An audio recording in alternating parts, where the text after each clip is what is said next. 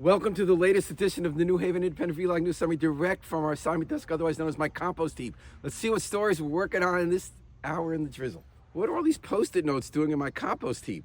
This one says, go to Erector Square.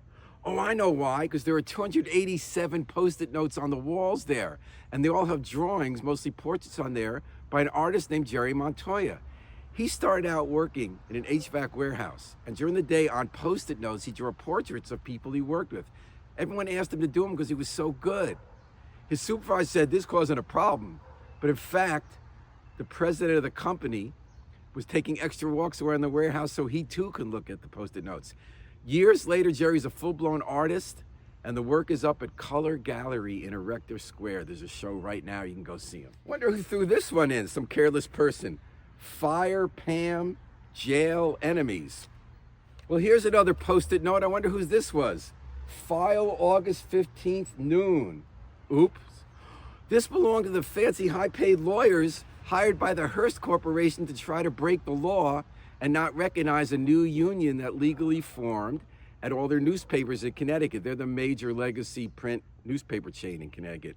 Their workers felt exploited, formed a union, won a legal election, and since then, 2024, the companies filed appeal and argument after argument trying to find some way around it to delay it. And they had to file some paperwork to do that on August 15th noon. And they were late. So as a result, they didn't get to participate in a hearing. And now they were trying to get the NLRB, National Labor Relations Board, to undo the whole thing because they said it wasn't fair just because we filed something late. Remember this newspaper company? They said they missed the deadline.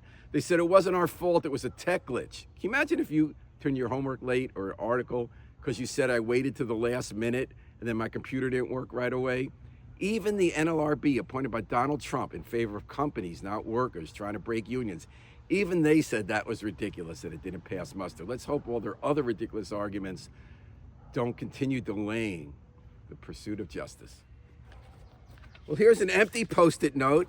Oh, I see. Ned Lamont, the governor, brought it to New Haven this week. He's trying to tell Democrats why they should support him for a third term. And he wrote down all the new big ideas he has for why he should have a third term. Not only could they all fit on a post-it note, but they didn't even need a post-it note because there are none there. Here's another post-it note.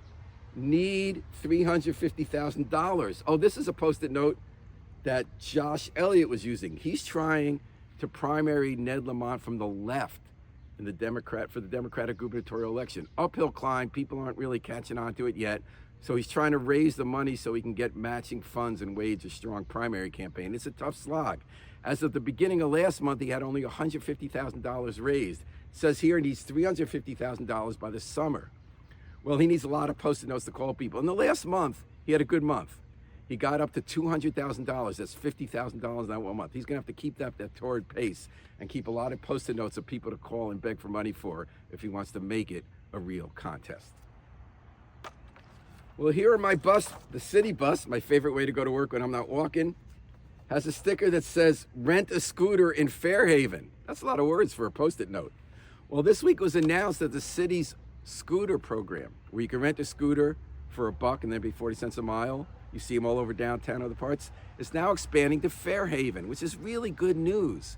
It's been a little less than a year than they're rolled out in parts of town, and 100,000 rides have taken place on them, 15,000 people, which is part of a larger effort in the city for micro-mobility, like micro-art on post-it notes. You know, you can take the bus, you can go on these bike lanes and pedestrian walking lanes, you can take the new shuttles they have that you can call. And you know, all these experiments like the scooters don't always work perfectly right away, but that's the point. We're trying out a lot of stuff so that you don't have to have a car to drive around to make it a safer city and a better environment. Oh, here's one. It says liberation. It's on this box of matzah.